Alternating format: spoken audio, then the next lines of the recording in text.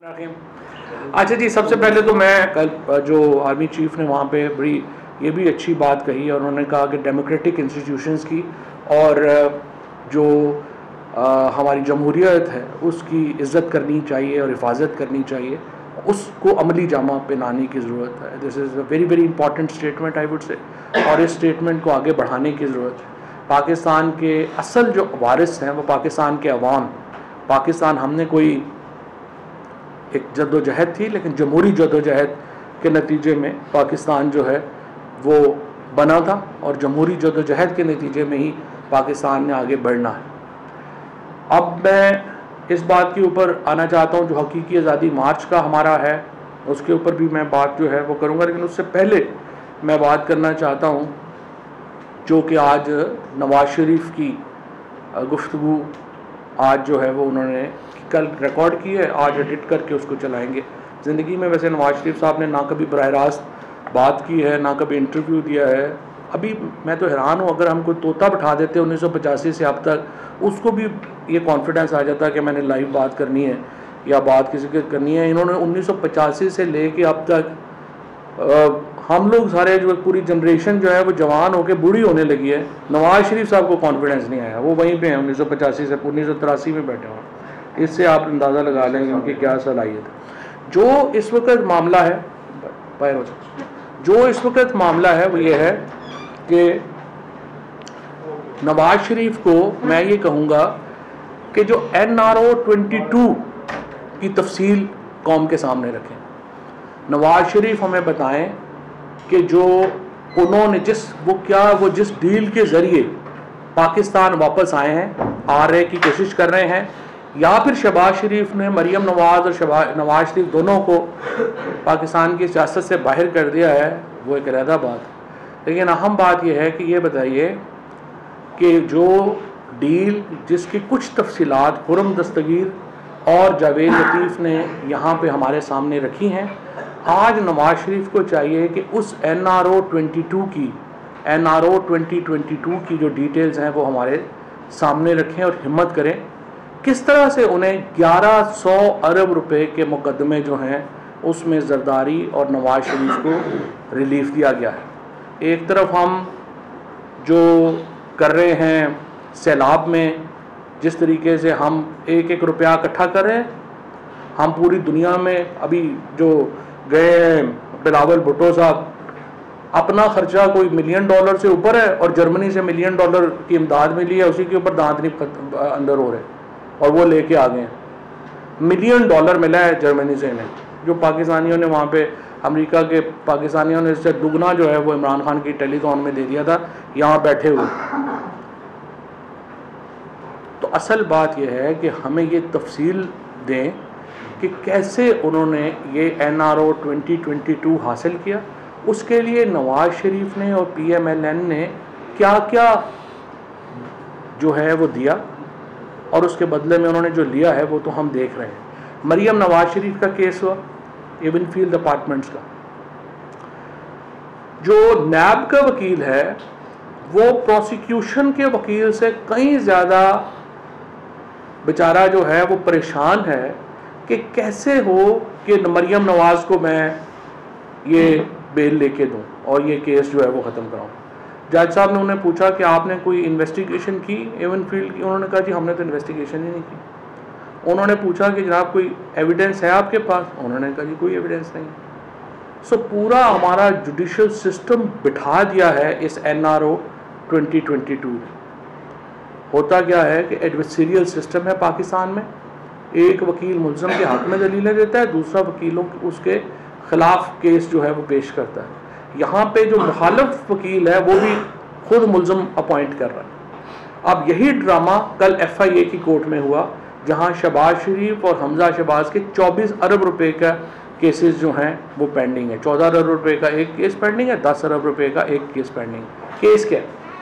Case ये है कि यहाँ से तकरीबन 6000 अकाउंट्स डिटेल जो ट्रांजैक्शंस हैं उनके ज़रिए ये पैसे पाकिस्तान से बाहर भेजे गए, पाकिस्तान से बाहर भेजे गए और फिर ये पैसा पाकिस्तान में वापस लाया गया। पाकिस्तान में ये पैसा वापस कैसे लाया गया? एक मंजूर पापड़ वाला है जो कि पापड़ बेचता है एक बेचारा रेडी के ऊपर। 2-2.5 अरब रुपया मंजूर पापड़ वाला ने हम शहबाज शरीफ साहब के अकाउंटों में डाल दिया। एक इनके जो अपने मुंशी हैं अपनी फैक्ट्रीज में, जो ज़िंदगी में कभी बाहर नहीं गए, उन्होंने लंदन से वो पैसे इनके अकाउंटों में डालने शुरू किए और ये टोटल 14 अरब रुपया जो है वो इनको वहाँ से वापस आया और उसके ज़रिए इन्होंने यहाँ पे, और ये मैं आपको पहले भी, मैंने पिछली दफ़ा भी बात की थी, ये जो 24 अरब रुपया है या ये इनके जो इवनफील्ड अपार्टमेंट्स हैं, या हसन नवाज़ ने जो $100 मिलियन का अपार्टमेंट जो है वो लिया, उस पर भी मैं 1 मिनट में आ रहा हूँ, जो नैब ने बात की। ये वो पैसा है जिसका हमें पता है, पाकिस्तान के लोगों को तहकीकात में पता चल गया है कि ये पैसा इन्होंने चोरी किया है, लेकिन वो पैसा जिसका हमें पता नहीं है, जिसके लिए हमें एक और पैनामा पेपर स्कैंडल की दुआ करनी चाहिए कि कोई दुनिया में एक और बंदा कोई निकले जमा मर्द जो इस तरह की इंफॉर्मेशन जो थर्ड वर्ल्ड मुल्कों के हुक्मरानों ने जो चोरी की हुई है उसको एक्सपोज करने के लिए कोई और मर्द हुर निकले इसी तरीके से, और हमें पता चले कि इन्होंने और क्या क्या प्रॉपर्टीज़ बनाई हुई हैं, कहाँ कहाँ पे बनाई हुई हैं, जिनका हमें पता नहीं है। और पाकिस्तान की जो हुकूमत है वो तो शिकंजे में है, वो तो तैयार ही नहीं है। $10 बिलियन से ज़्यादा पाकिस्तानियों की जो है वो इन्वेस्टमेंट्स हैं प्रॉपर्टी में। किन लोगों की प्रॉपर्टीज़ में इन्वेस्टमेंट्स हैं, किन लोगों ने वहाँ पे किया है, क्या पाकिस्तान में वो डिक्लेयर्ड है नहीं है, तो हमें नहीं पता, किसी को नहीं पता। इसी तरह से यूके में ये जो पॉलिटिकल एलीट है हमारी, इसकी जो सारी इन्वेस्टमेंट्स हैं वहाँ पे हैं, कितनी हैं, कितनी हमें पता है, कितनी नहीं पता। इनकी जर्मनी में कितनी है, इनकी फ्रांस में कितनी है। सरे पैलेस आपके सामने हुआ, जरदारी साहब ने कहा कि हमारा ऐसे कोई ताल्लुक ही नहीं है। जब वो बिक गया, उसकी ऑक्शन मनी आ गई, तो इन्होंने जाके मजिस्ट्रेट को एप्लीकेशन दे दी कि नहीं हमारा ही था, उसके पैसे इन्होंने वापस ले लिए। गवर्नमेंट ऑफ पाकिस्तान ने कभी वो पैसे जो है वो क्लेम ही नहीं कर सकी, क्योंकि वो पैसे सेटलमेंट में उनको मिल गए। और इसके बाद ये वो NRO 1 था, अब NRO 2022 जो हो रहा है उसके नतीजे में 1100 अरब रुपया मज़ीद जो है वो इन फैमिलीज़ को जा रहा है, और हमारा सिस्टम उसके ऊपर वो खामोश बैठा हुआ है। और यहाँ सिस्टम क्या कर रहा है आप देखें, मैंने जिस तरह से पहले कहा, इस हुकूमत के अंदर कोई किसी इदारे की इज़्ज़त नहीं रही, पार्लियामेंट की कोई इज़्ज़त नहीं रही, प्रेसिडेंट के ऑफिस की कोई इज़्ज़त नहीं रही, प्राइम मिनिस्टर के ऑफिस की कोई इज़्ज़त नहीं रही, वज़ीर दाखिला के ऑफिस की कोई इज़्ज़त नहीं रही है, और जुडिशरी और फौज और तमाम इदारे जो हैं वो इस जो इस वक्त हालात हैं उसकी वजह से वो सफ़र कर रहे हैं। अब यहाँ पे जो हो रहा है, अब आप देखें कि नैब जो एक मातहत इदारा है वो नोटिस दे रहा है फेडरल कैबिनेट को कि आप में हमारे पास पेश हों और हमें गवाही दें। क्या किसी पार्लियामेंट्री डेमोक्रेसी में कोई इदारा उसको पूरी जो कैबिनेट है उसको अपने सामने बुला सकता है इस तरह? पॉसिबल नहीं। इसका मतलब यह है कि आपकी फिर वफाकी हुकूमत तो ख़त्म होगी, बिकॉज कैबिनेट जो है वो वफाकी हुकूमत है। उनको बुला के कह रहे हैं कि आप हमें बताएं केस क्या है। हसन नवाज साहब ने एक अली रियाज मलिक, जो रियाज मलिक साहब के साहिबजादे हैं, उनसे एक अपार्टमेंट लिया। उस अपार्टमेंट के उन्होंने $100 मिलियन अली रियाज मलिक ने उनको पे किए। उसके ऊपर एक नेशनल क्राइम एजेंसी जो है उसने तहकीकात शुरू की कि $100 मिलियन जो है वो कैसे वहाँ पे आया।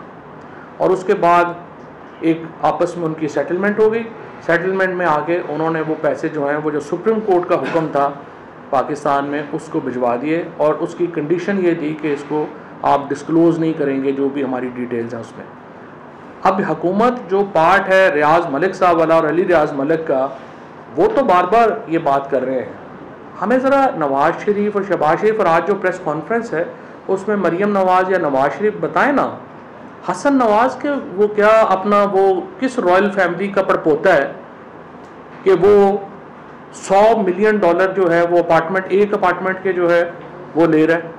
हसन नवाज़ के क्या वसाइल हैं, कितना बड़ा वो जीनियस है, एलन मस्क का भाई है, क्या है वो, किस तरह उसने जो है वो उसका वो सैटेलाइट वो जो है वो बंदे स्पेस पे भेज रहा है, क्या कर रहा है, क्या बिजनेस कर रहा है, सिवाय इसके कि पाकिस्तान से पैसे लूट के जाते हैं, उनके अकाउंट्स में जाते हैं।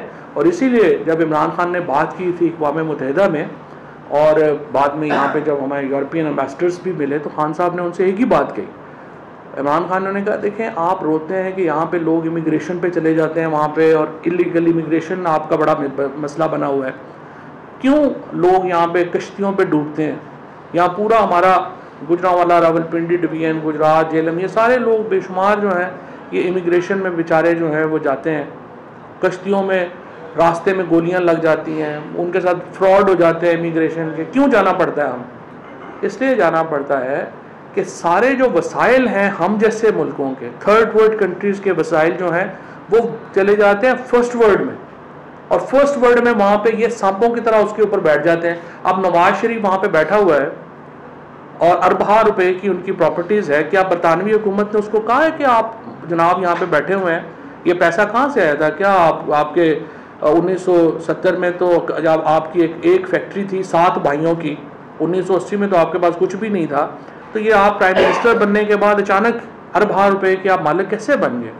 उनको क्या ज़रूरत है? वो तो नहीं पूछेंगे, उनके तो पैसे वहाँ पे आ रहे हैं।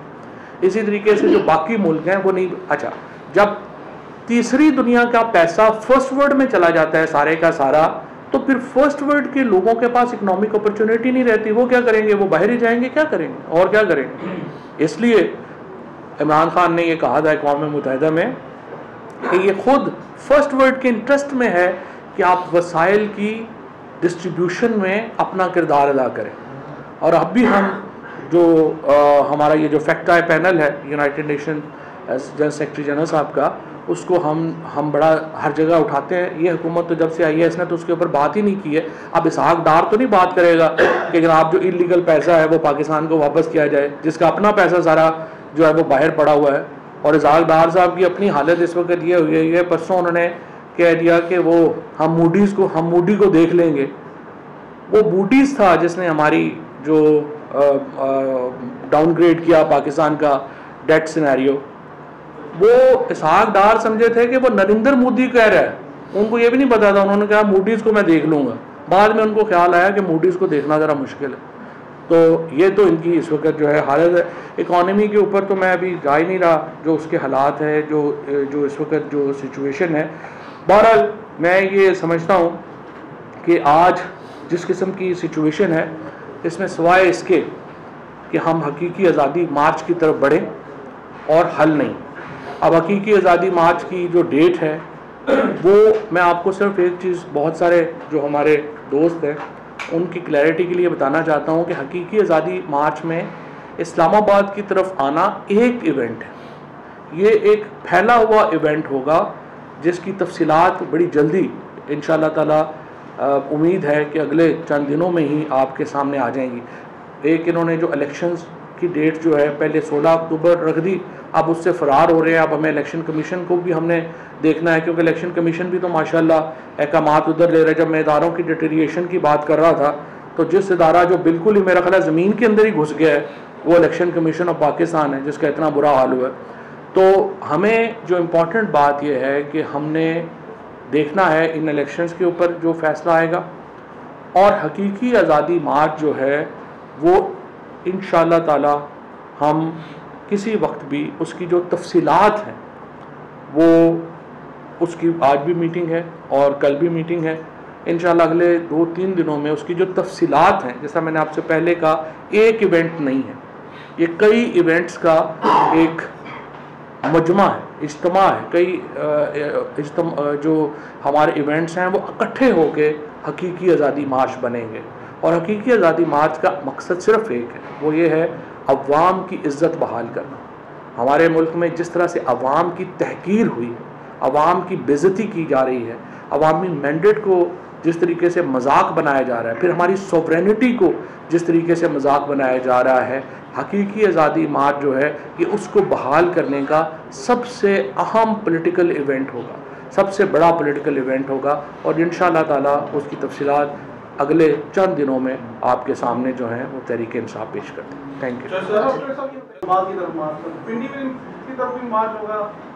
मैंने आपसे कहा है कि एक इवेंट नहीं होगा, इसमें कई इवेंट्स हैं जिनका एक इज्तिमा जो है वो हकीकी आज़ादी मांग। तो इससे रिलेटेड है कि 28 नवंबर के बाद होगा ये मार्च या पहले? 28 नवंबर तो बहुत। जो साहब मेरा ज़रा सवाल ये मुआशरे के अंदर जो पाया जा रही है बेचैनी, बच्चे उठाए जा रहे हैं लोगों के, ये बैगर माफिया जो है वो इस्लाम की वजह से जो लोग बेरोजगार हुए हैं वो उनको पैसे दे के 10-10, 20-20 बच्चे उठा रहे हैं। इस पे ना माजरत के साथ इस पे पीटीआई भी बात करती है, नजर नहीं आ रही कहीं भी। पहली बात यह है कि जो इसमें पहली बार ये मैंने 3 दफ़ा ये कहा है कि पाकिस्तान में इकनॉमिक डिग्रेडेशन हुई है, हमारी पॉलिटिकल डिग्रेडेशन हुई है और सोशल डिग्रेडेशन हुई। सोशल पहली बार पाकिस्तान में इतने करियाना स्टोर्स के ऊपर, बेकरियों के ऊपर कभी डाके नहीं पड़े जितने अब पड़ रहे हैं, क्योंकि लोगों के पास खाने पीने को कुछ नहीं रहा और हर जो क्राइम है उसमें इजाफा हो रहा है। पुलिस सारी जो है वो लगी हुई है कि तरीके इंसाफ के लोगों को पकड़ने में, एजेंसी सारी उधर मसरूफ़ हैं। अब आप देखिए ना, ये जो टेररिज्म था जो पाकिस्तान में ख़त्म हो गया था वो सारा जो है वो वापस आ गया। जिस तरीके से जो कुछ वहाँ पे सवात में हो रहा है, जिस तरीके से हमारे ट्राइबल एरियाज़ में जो सारा शुरू हो गया है, ये सिर्फ इस वास्ते हो रहा है कि एजेंसीज़ की और पुलिस की और इनकी जो बाकी हमारे यहाँ पे जो इदारे हैं उनकी तवज्जो पॉलिटिक्स के ऊपर है, रियल इशू से ऊपर नहीं है। टेररिज्म पाकिस्तान से इतनी मुश्किल से हमने जान छुड़ाया है, कराची में भी वापस आ रहा है और इधर सवात में इन जगहों पे भी वापस आ रहा है। आर्मी चीफ का कल वाला बयान आपने काफ़ी सराहा और उसने ये भी कहा कि किसी ग्रोह को अदम इस्तेकाम नहीं करने पैदा नहीं करने देंगे। तो क्या उसका इशारा किसकी तरफ है और आप लोगों का इसके हवाले से प्लानिंग क्या है? और दूसरा ये है कि उसने सियासत के मुतालिक पाक फौज की जो बात की थी, क्या इसमें खुला तजाद नहीं है? दूसरा, नवाज शरीफ ने कहा है कि उनसे इंतकामी कार्रवाई दी गई है, मतलब उनके खिलाफ इंतकामी कार्रवाई हुई है।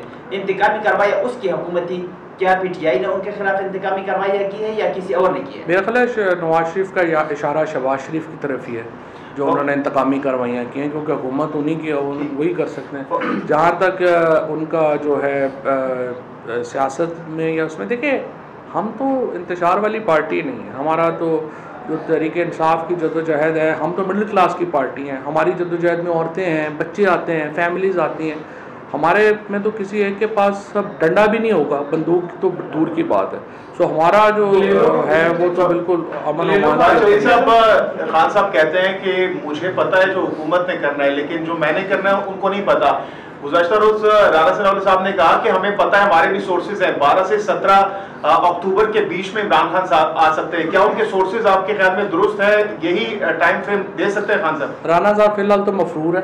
पहले तो मैं राना सनाउल्लाह साहब से कहूँगा कि अपनी गिरफ्तारी पेश करें या जाके ज़मानत कराएं, और ये नहीं मुमकिन कि इस्लामाबाद पुलिस जो है वो उनके गिर्द हसार डाल ले और जो एंटी करप्शन को जो रिक्वायर्ड हैं, अगर वो उन्होंने 1-2 दिन में गिरफ्तारी ना दी तो फिर हमें जो पंजाब गवर्नमेंट है वो इस सिलसिले में रास्त इक़दाम करेगी और वफाकी जो पुलिस है उसको चाहिए कि राना सनाउल्लाह को फौरी तौर के ऊपर पंजाब की एंटी करप्शन डिपार्टमेंट के हवाले करे और दूसरी सूरत में वो ज़मानत लें। राना सनाउल्लाह जो है वो मुझे लगता है यही है कि जो हालात जा रहे हैं वो ये मार्च कंट्रोल करने के लिए अवेलेबल नहीं होंगे हुकूमत को, उन्हें लाहौर में वक्त गुजारना पड़ेगा। चौधरी साहब, बाबू सर टॉप वाला वाक़या, सवाल वाला वाक़या, अर्ली 2000 में देखे इसी किस्म की प्रॉक्सीज खेली गई और इसी तरह हालात को डिस्टेबलाइज किया जाता है, क्योंकि आप समझ रहे हैं हालात उस तरफ फिर जा रहे हैं अमेरिका की बैकिंग की वजह से। मैंने यही कहा किया है कि टेररिज्म पाकिस्तान में वापस आ रहा है, कराची में भी, सवात में भी और हर जगह के ऊपर ये अनफॉर्चुनेट इंसिडेंट्स बढ़ रहे हैं। फौरी तौर पर इनके तदारक की ज़रूरत है। Thank you.